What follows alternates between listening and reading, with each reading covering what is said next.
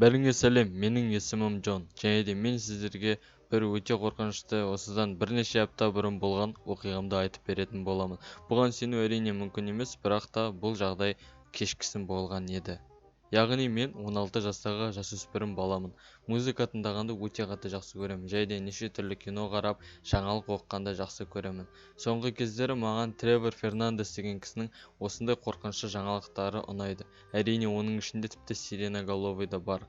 Бұларды мен өте қатты жақсы көремін. Бұлар мені қорқытса да, және де іштей қорыққанмен де бұларды оқуға маған өте қатты ұнайды. Сондықтан да мен бұларды тіпті ата-анамнан тығылып оқимын. Өйткені ата-анам бұны қарауға маған мүлде қарсы, яғни адамның психикасын бұзады деп айтқан еді. Тіпті менің ноутбугым мен Wi-Fi-имді өшіріп, ноутбугымды тартып алған болатын. Алайда жақында бір жаңа жаңалық шықты, соны мен қарауға кірістім. Және де бірнеше күндер өткен болатын, және де көктемнің демалысы да келіп жетті. Менің әжем Индиаполис деген жерде тұрады. Яғни мен әр демалыс сайын әжеме барып, яғни демалысымды қызықты өткіземін. Өйткені ол жақта маған ешкім қарсы болмайды.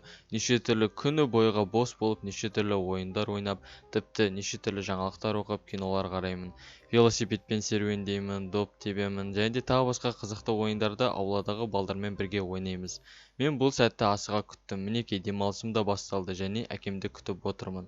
Бірнеше сағаттан кейін мені әкем бірден әжемнің үйіне алып келді. Әжем болса мені қуана қарсы алып, тіпті мені қатты құшақтаған болатын. Және де өзінің кереметтей дастарханын жайып, ол жерге неше түрлі пирог, пирожки, тағы да басқа мен жақсы көретін тағамдардың барлығын қойды. Бірнеше уақыттан кейін әкем үйіне қайтты, яғни келесі күні жұмыс еді.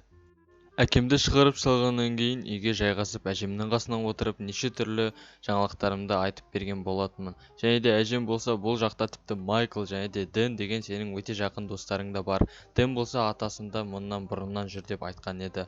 Ал мен болсам, өте қатты қуанып кеттім. Яғни менің достарым осы жақта жүр, және де ертең міндетті түрде кездесетінімді айттым. Келесі күні мен достарыма қарай бардым.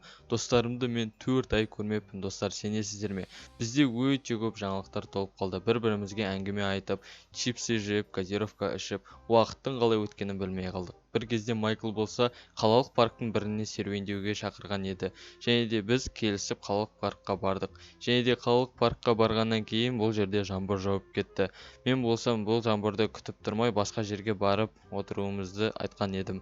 Және де біз бірден капюшонымызды киіп алып, яғни жаңбырдан тығылып басқа жерге отыруға ұйғардық. Арада тіпті жарты сағат өткен болатын, бірақ та жаңбыр әлі де тоқтамады. Менің, яғни жаңбыр тоқтап күте тұратынымызды айтқаным босқа болып шыққан секілді. Және де дала өте қараңғы болып кетті. Біз такси шақырып үйге қайтқымыз келді, алайда барлығы келісіп алғандай мүлде жауап қайтармады. Және де бізге жаңбырда, яғни түнде жаңбырдың арасында үйге қайту керек болды. Сондықтан да біз велосипедімізді кафеге тастап, үйге қарай жүгіріп бара жаттық. Бір кезде Дэн болса төте жол арқылы үйге тез жететінімізді айтты. Дала болса өте қараңғы болды. Біздің үстіміз малмандай су болды, яғни жаңбыр жауғаннан тіпті үстіміз шылқып, біз қайда барарымызды, не істерімізді білмей қалдық. Яғни бір кезде бір дауысты естіген болатынбыз. Әрине, ол дауыс гу деді ма, әлде сиреноголовыйдың дауысы ма екен? Білмедім, бірақ та бұл дауыс бізге қаяқтан жүргенін түсіне қоймадық. Және де біз бірден қорқынышты болды. Яғни ойлаңыздар, айдалада жаңбырдың астында түнде тұрмыз, және де бұл дауыс қатты шыға бастады. Біз тіптен қорқып кеттік. Дэн, яғни бізге төте жолды көрсетемін деп адасып қалды. Енді біз, яғни айдалада тұрмыз. Және де сиреноголовыйдың дауысы бізге қатты естілді. Біз не істерімізді білмей жан-жаққа қарап аң-таң болып тұрдық. Мүмкін емес, мүлде мүмкін емес. Және де Майкл болса бізге басқа жерге барып, яғни тығылып отыруымызды айтты. Өйткені бұл дауыстан өте қатты Майкл қорыққан еді. Және де біз ағаштың қасына келіп тығылып оттық. Біздің қасымыздан өте ұзын, түрі қорқынышты бір алып, бір жануар өтті. Біз өте қатты қорқа бастадық. Бұл шынымен де сиреноголовый.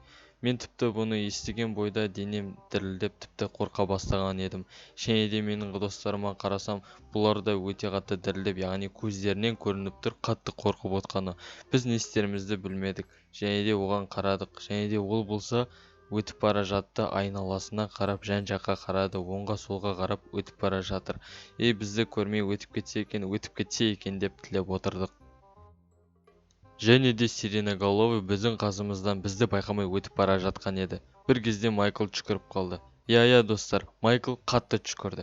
Және де осыны естіген сиреноголовыйдың даусы бізге қатты естіле бастады. Ол өзінің аяқтарымен алып аяқтарымен, яғни бізге қарай жүріп келе жатқаны естілді. Біз тіпті айналамызға қарамай үшеуміз де жан-жаққа қаша жөнелдік. Мен болсам қашып бара жаттым. Менің артымнан белгісіз бір үлкен бағанағы сиреноголовый секілді жануардың артынан қуып келе жатқанын байқаған едім.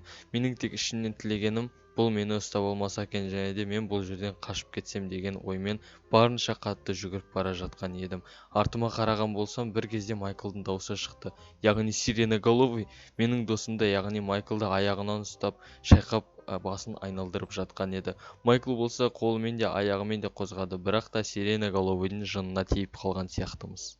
Майклды көре салған мен артыма қарай айналып, сол Майклға көмектесуге бара жатқан едім. Білмеймін не істей алатынымды, бірақ та Майклға көмектесу керек.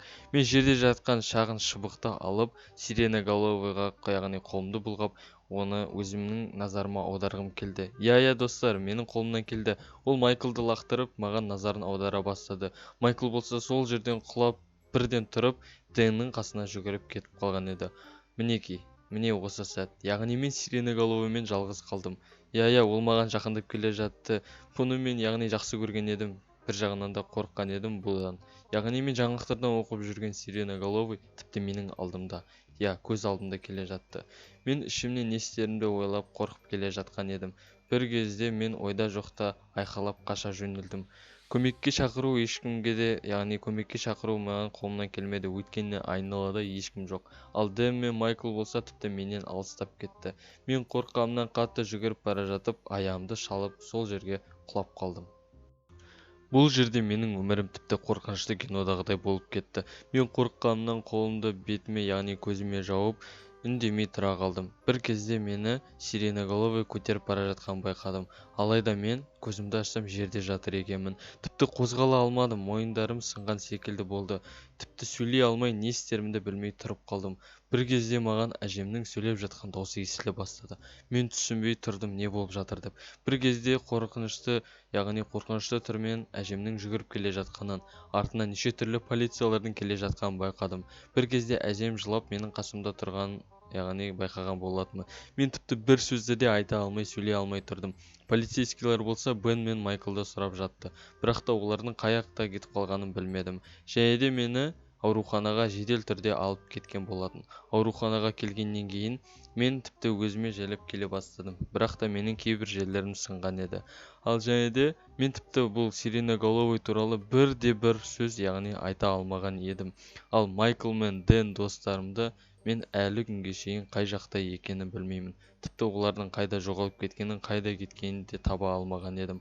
Сол күйі солай қалды. Және де мен сиреноголовыйды тіпті ұмытып та кеткен едім.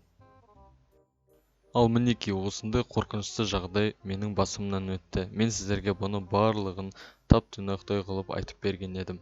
Видео ұнаса міндетті түрде лайктарыңызды басып, комментарий жазып, арнаға жазылыңыздар. Сіздермен бұл менің өмірім арнасы. Сау болыңыздар.